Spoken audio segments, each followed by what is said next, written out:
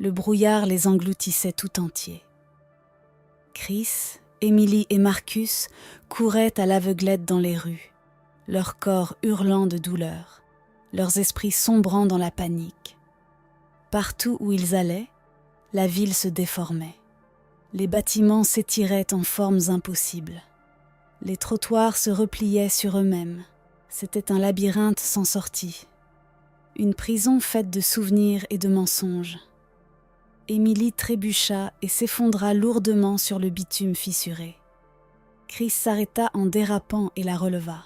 « Il faut continuer », pressa-t-il. Marcus pointa du doigt, droit devant eux, où une faible lumière vacillait à travers la brume. « Une station-service », cria-t-il. Ils sprintèrent vers elle, agrippant leur dernier espoir à cette minuscule lueur.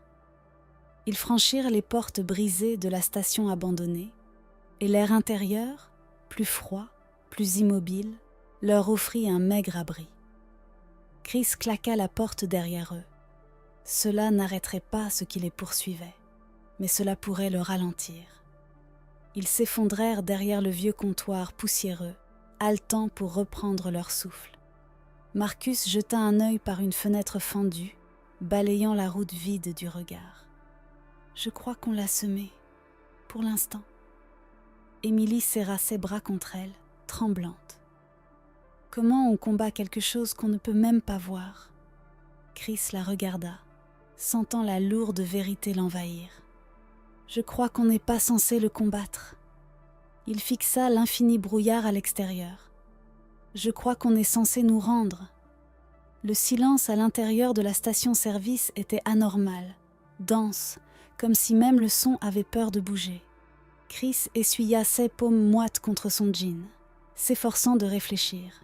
« On ne peut pas rester là, » dit-il. « C'est un piège. » Emily jeta un regard autour d'elle. Les étagères renversées, la caisse abandonnée, les éclats de verre éparpillés au sol. Ça ressemble déjà à une tombe. Marcus vérifia la porte arrière, cadenassée de l'intérieur, rouillée, scellée. Aucune sortie par là, dit-il d'un ton sombre.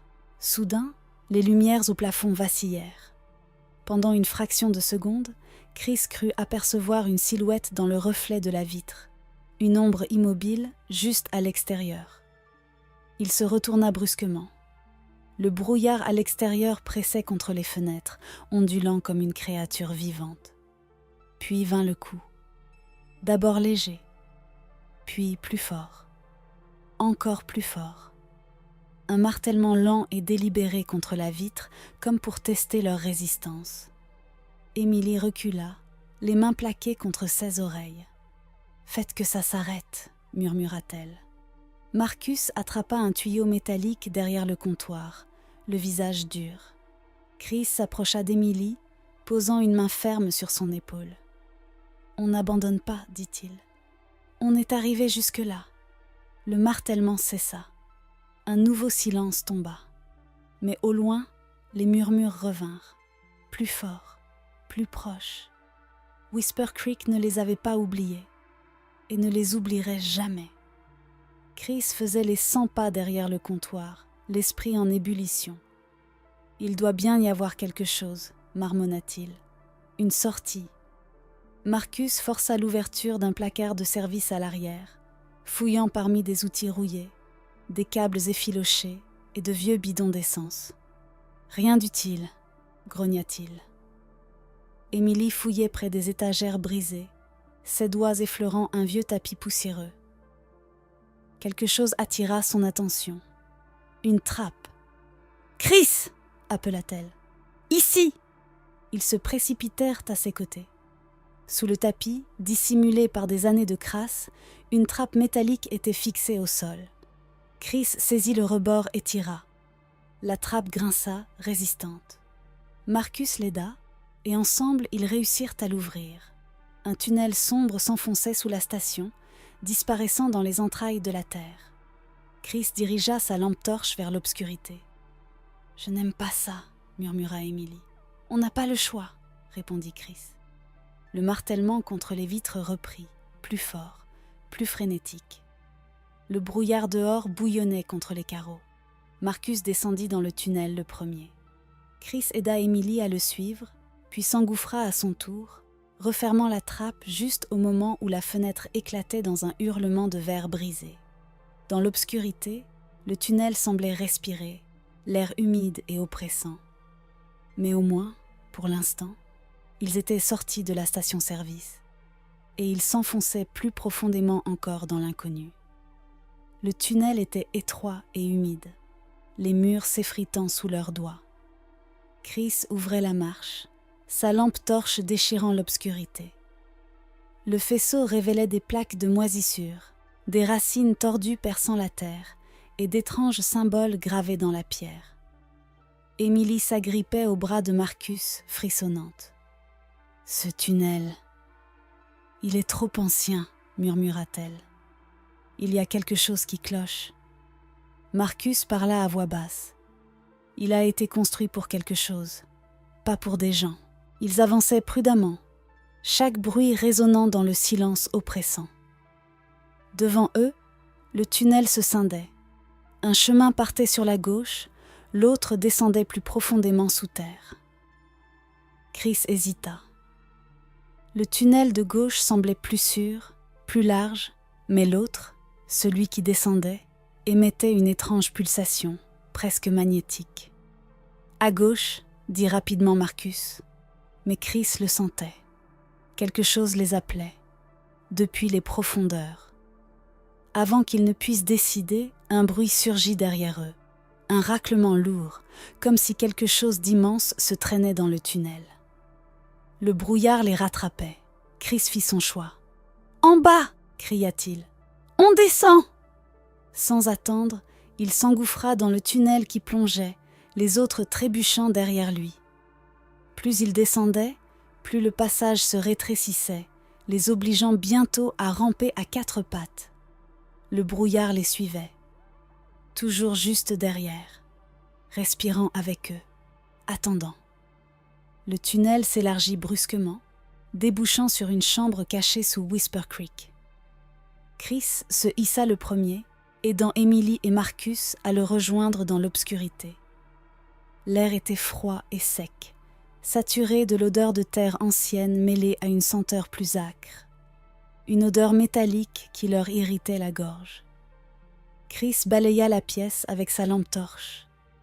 Les murs étaient recouverts de gravures, des symboles tordus, des spirales, des cercles brisés, les mêmes marques qu'ils avaient vues auparavant. Mais ici, elles semblaient plus fraîches, plus brutales.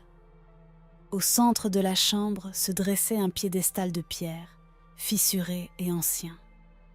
Sur le dessus reposait un objet enveloppé d'un tissu noir, imbibé de taches sombres. Emily s'approcha, la voix à peine audible. « Qu'est-ce que c'est ?» Marcus la saisit par le bras, la ramenant en arrière. « Ne le touche pas, » dit-il. « On ne sait pas ce que c'est. » Chris sentit son estomac se nouer. Il savait, d'une certitude viscérale, que cet objet était le cœur de tout ce cauchemar. Le brouillard commença à s'infiltrer par les fissures du tunnel derrière eux, rampant sur le sol comme des serpents vivants.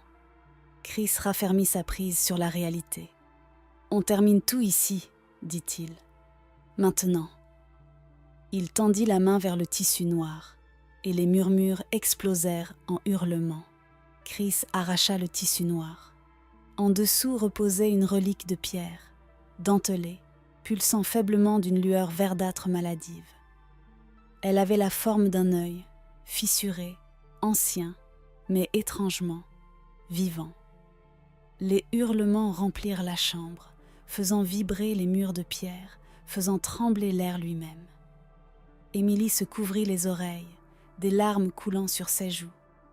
Marcus recula en titubant, les yeux écarquillés d'horreur. Chris fixait la relique, incapable de bouger.